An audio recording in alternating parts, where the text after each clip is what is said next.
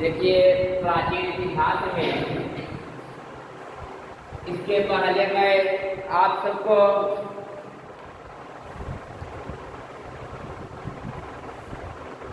वैदिक संस्कृति के बारे में बताया।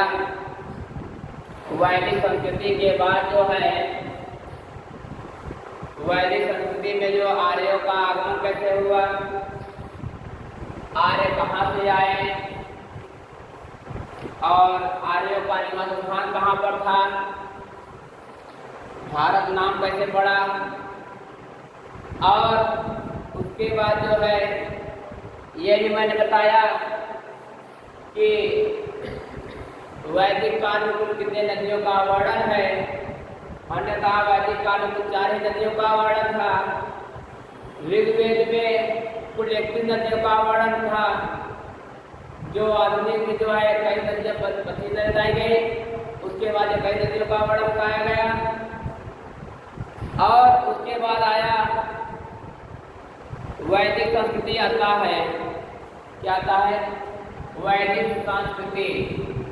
वैदिक संस्कृति क्या है? देखिए, वैदिक संस्कृति क्या चीज है? वैदिक संस्कृति, वैदिक संस्कृति जो है 4 प्रकार के होते हैं। वैदिक संस्कृति से कहते हैं जो जंगलों में रहकर अध्ययन करने को की शिक्षा को ही हम लोग वैदिक संस्कृति कहते हैं। पहले वैदिक संस्कृति पर शिक्षा जो है, वैदिक संस्कृति के अनुसार जो है घर छोड़ करके, घर को त्याग करके जब तक शिक्षा पूरी नहीं हो जाती थी तब तक घर पे वापस नहीं आया जाता था। और जब वहाँ से शिक्षा पूरी हो जाती थी तब वहाँ से आते वक्त गुरु को जो है दक्षिणा दिया जाता था। गुरु दक्षिणा में तो उस वक्त जो है 1 जोड़ी बैल या 1 गाय दी जाती थी गुरु दक्षिणा के रूप में। जैसे सराहते थे वैसे उन लोग का दिया जाता था। तो यहाँ पर जो है वैदिक संस्कृति का अर्थ है जंगलों में रहकर अध्ययन करना। वैदिक संस्कृति का मतलब है, वैदिक संस्कृति जो है 4 प्रकार के होते हैं। पहला है वेद, दूसरा है ब्राह्मण ग्रंथ,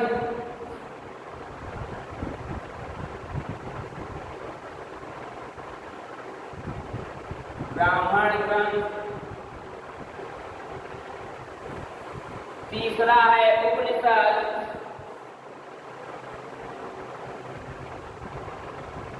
उपनिषद, चौथा और आखिरी है आर्यक।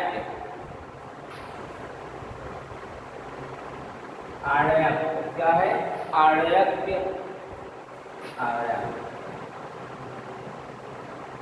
अब देखिए ये वैदिक संस्कृति जो है 4 प्रकार के वेद, ब्राह्मण ग्रंथ, उपनिषद और आर्यक। इन चारों का मतलब क्या होता है ये देखिए। वेद में 4 वेद आएंगे, ऋग्वेद, सामवेद, यजुर्वेद और अथर्ववेद। ऋग्वेद 4 प्रकार होते हैं।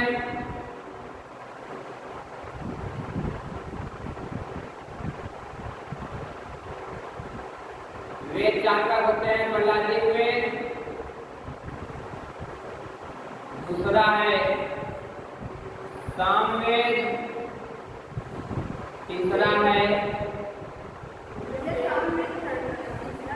सामवेद। ऋग्वेद, सामवेद,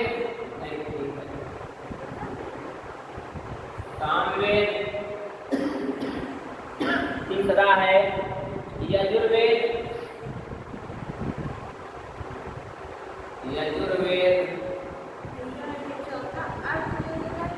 चौथा अथर्ववेद है।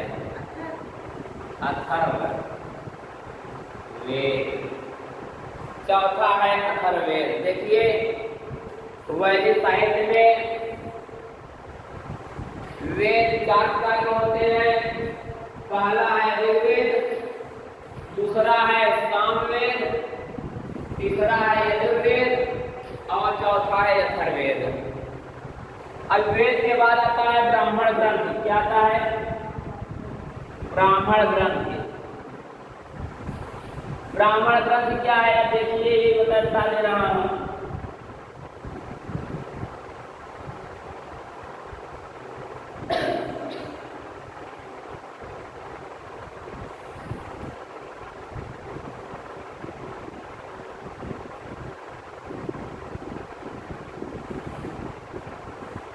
ब्राह्मण ग्रंथ, उपनिषद और क्या है चौथा? आरण्यक।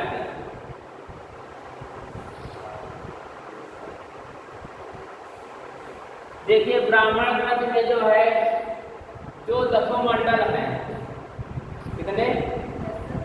10 मंडल जो है, ऋग्वेद में 10 मंडल के बारे में बताया ही गया है कि ऋग्वेद में कितने मंडल हैं? 10 मंडल हैं, 1028 सूक्तियां हैं और 11 वालखिल्य हैं। 11 वालखिल्य हैं। वालखिल्य, वालखिल्य। ब्राह्मण ग्रंथ देखिए क्या है? ब्राह्मण ग्रंथ वह ग्रंथ है वेदों को समझने के लिए ब्राह्मण ग्रंथ की आवश्यकता क्यों पड़े? वेदों को समझने के लिए ब्राह्मण ग्रंथ की रचना की गई है। ये जो चारों वेद की रचना की गई है, इसलिए ब्राह्मण ग्रंथ की आवश्यकता पड़े कि चारों वेद को जो है सही से अध्ययन करने, सही समझने के लिए है जो है ब्राह्मण ग्रंथ की रचना की गई है। यह जो ब्राह्मण ग्रंथ है गद्य में लिखा गया है। जो ब्राह्मण ग्रंथ है हमारा, यह गद्य में लिखा गया है, पद्य में नहीं लिखा गया है। ऋग्वेद में 2 ब्राह्मण ग्रंथ का उल्लेख किया गया है। एक है ऐतरेय, दूसरा है कौशिकी। पहला है ऐतरेय, दूसरा है कौशिकी। उसके बाद ब्राह्मण ग्रंथ के बाद क्या आता है? देखिए ब्राह्मण ग्रंथ 2 प्रकार के हैं। इनके 2 ग्रंथ हैं,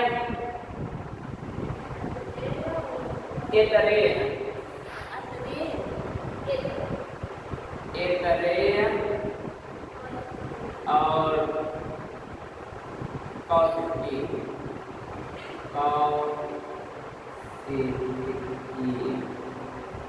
ऐतरेय और कौशिकी 2 ब्राह्मण ग्रंथ हैं।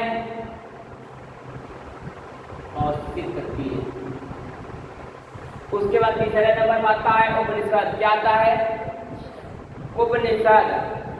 अब उपनिषद किसे कहते हैं? उपनिषद 2 शब्दों से मिलकर बना है, उपधन्निष। उपनिषद 2 शब्दों से मिलकर बना है, उपधन्निष।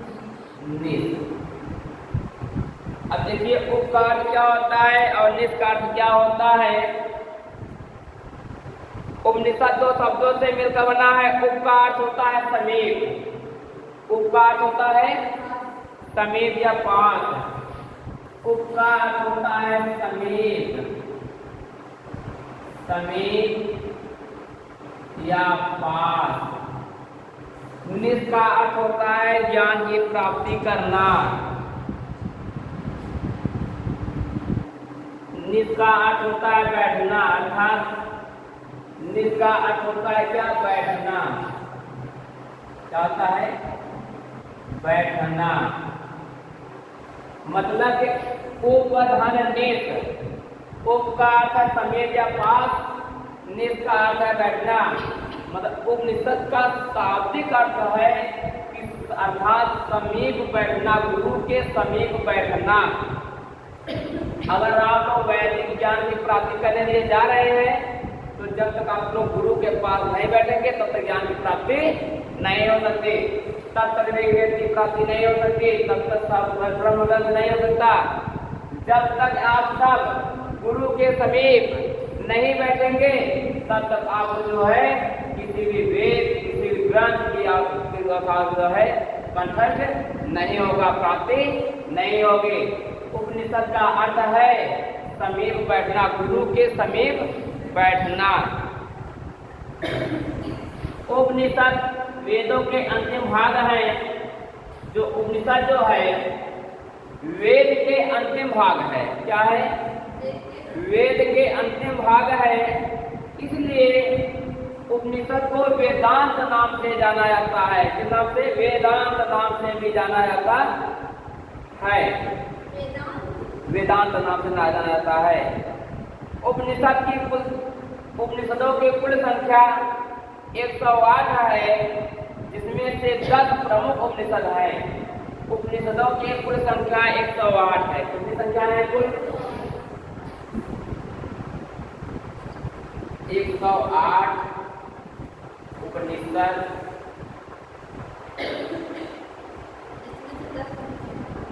10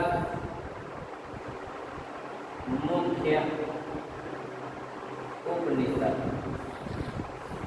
10 मुख्य उपनिषद है।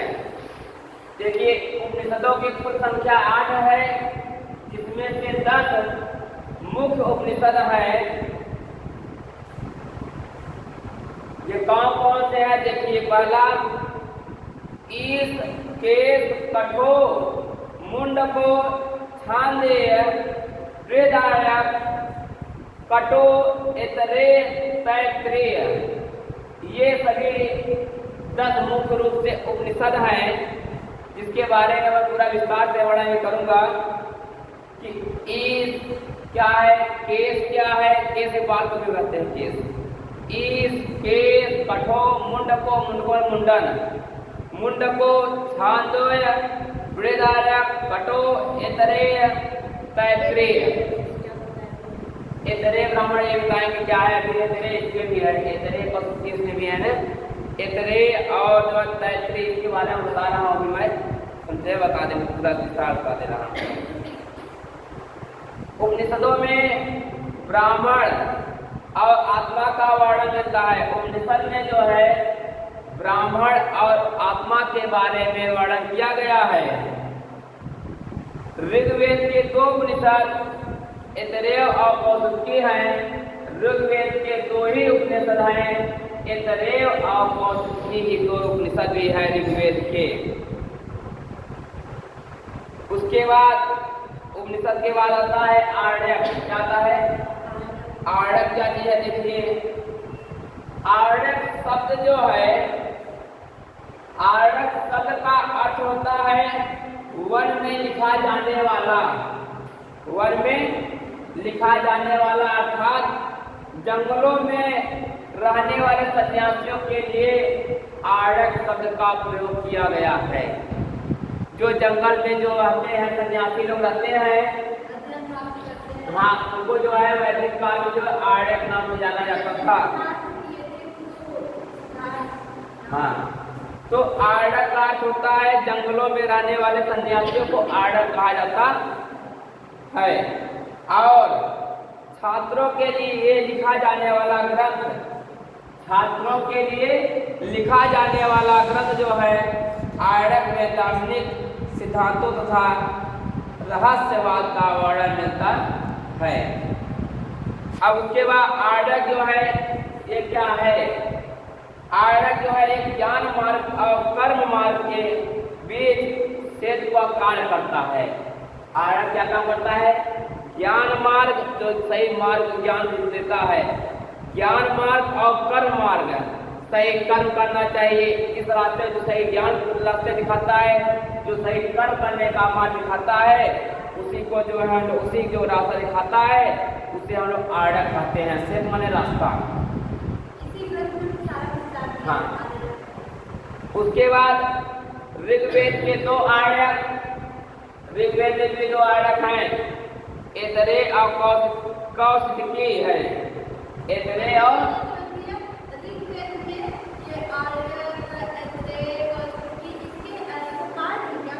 ये जैसे कि ब्राह्मण ग्रंथ से 2 लोगों को ज्ञान प्राप्त हुआ, 2 लोगों को पढ़ना पड़ेगा, इसमें इनके बारे में पूरा पढ़ना पड़ेगा।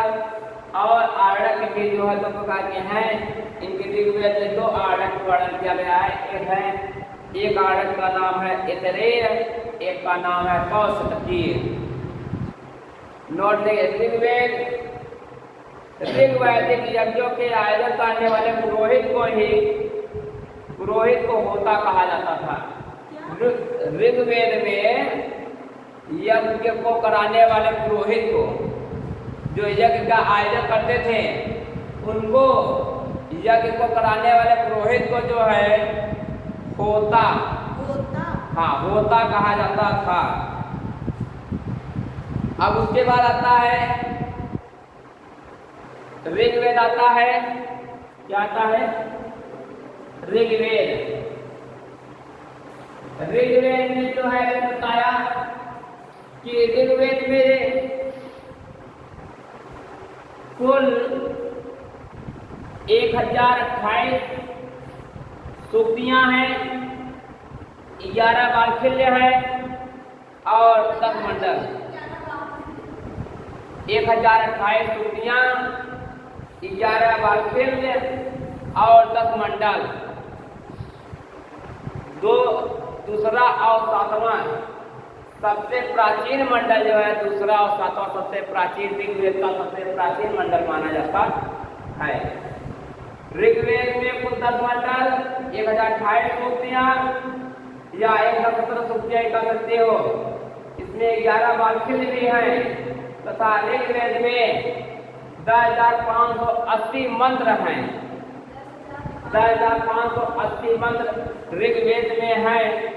वेदों के संकलन करता, वेदों के ग्रहण करता, संकलन करता, कहने वाले या सुनने वाले, वेदों के संकलन करता कृष्णद्वैपायन को माना जाता है। कृष्णद्वैपायन को माना जाता है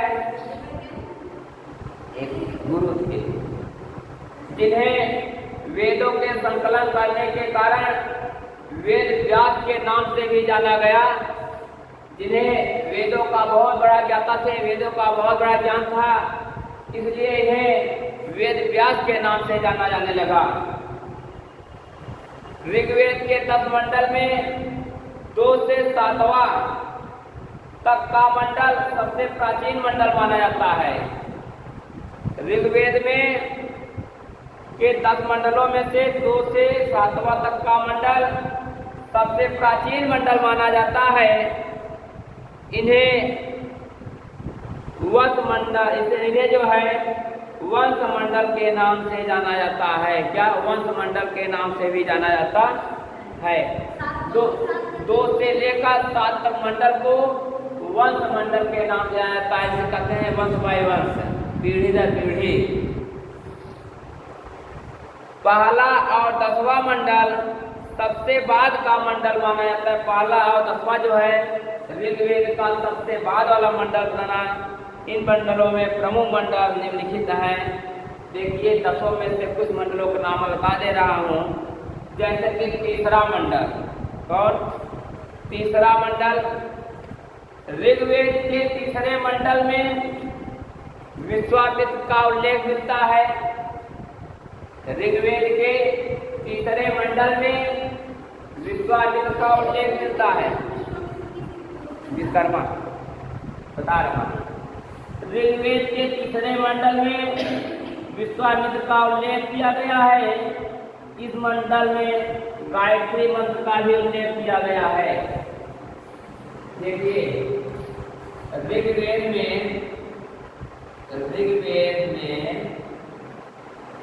कुल 1028 सूक्तियां, 11 वाल्खिल्य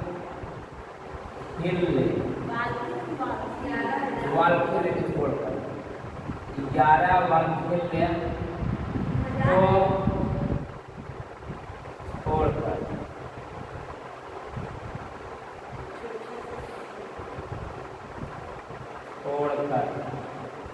11 वाल्खिल्य को छोड़कर और 10,580 मंत्र तथा 10 मंडल, जिसमें से सबसे प्राचीन मंडल, सबसे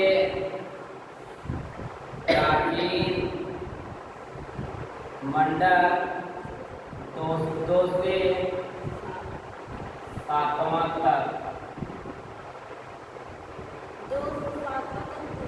हाँ, और सबसे नवीनतम मंडल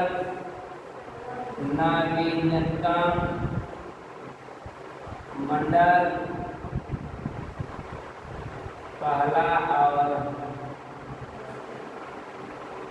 10वां मंडल। सबसे नवीनतम मंडल पहला और 10वां मंडल, जिसमें से प्रमुख मंडल के बारे में बता रहे हैं। सबसे तीसरे मंडल के बारे में देख लीजिए। तीसरा मंडल, जहां न समझ आए बताते रहिएगा आप सब। देखिए तीसरा मंडल क्या है। ऋग्वेद के तीसरे मंडल में विश्वामित्र का उल्लेख किया गया है। किसका उल्लेख किया गया है? ऋग्वेद के तीसरे मंडल में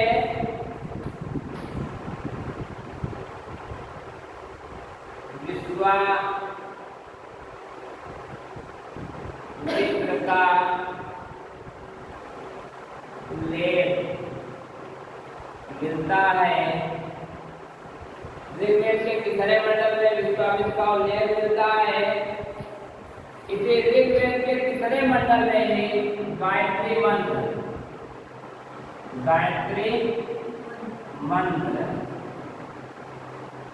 ओम भूर्भुवस्वः तत्सवितुर्वरेण्यं। तीसरे मंडल में जो है गायत्री मंत्र ओम भूर्भुवस्वः तत्सवितुर्वरेण्यं है ना। ये जो है ऋग्वेद के तीसरे मंडल में गायत्री मंत्र का वर्णन मिलता है। और ऋग्वेद के 7वें मंडल में गुरु वशिष्ठ का वर्णन मिलता है। ऋग्वेद के 7वें मंडल जो है गुरु वशिष्ठ के बारे में वर्णन मिलता है। और ऋग्वेद के 8वें मंडल में जो है कश्यप ऋषि का उल्लेख मिलता है। और कश्यप ऋषि और इसी 8वें मंडल में ही 11 सूक्तियों का भी वर्णन मिलता है। जो 11 सूक्त हैं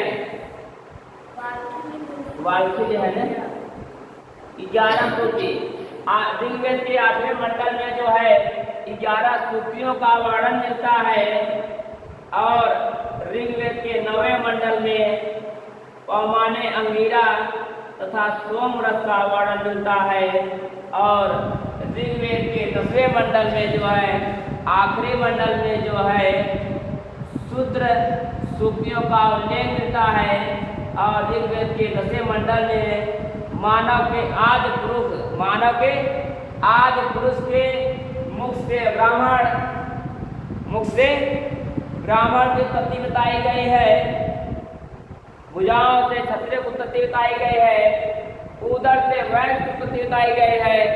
और पैरों से शूद्र की उत्पत्ति बताई गई है। उदर मतलब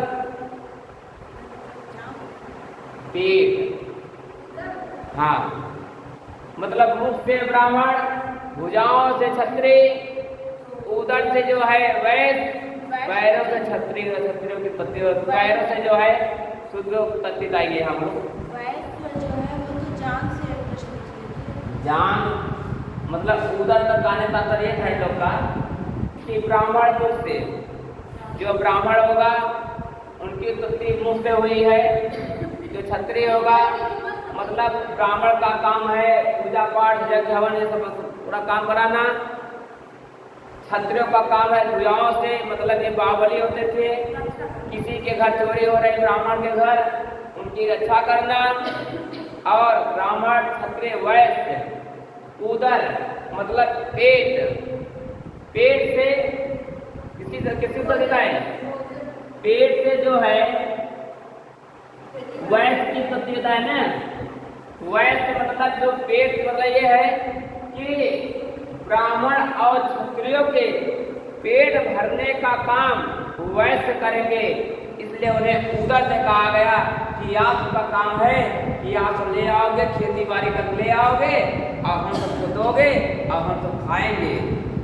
का काम बताया गया, वह शूद्र कहा गया। पैरों से उत्पत्ति जो शूद्र की बताई गई, कहे हैं कि ये तीनों लोग काम शूद्र का है। शूद्र काम ये है कि आप जो है हमारे घर में जो है जिस तरफ से जाएंगे उस रास्ते से नहीं जाओगे। परंतु अब जो शिक्षा काल से इतना अच्छा हो गया है, अब तो बंद कर दिया गया है लगभग। उसके बाद जो है उपनिषद के बाद आते हैं ऋग्वेद के बाद आता है सामवेद आता है। क्या आता है? सामवेद।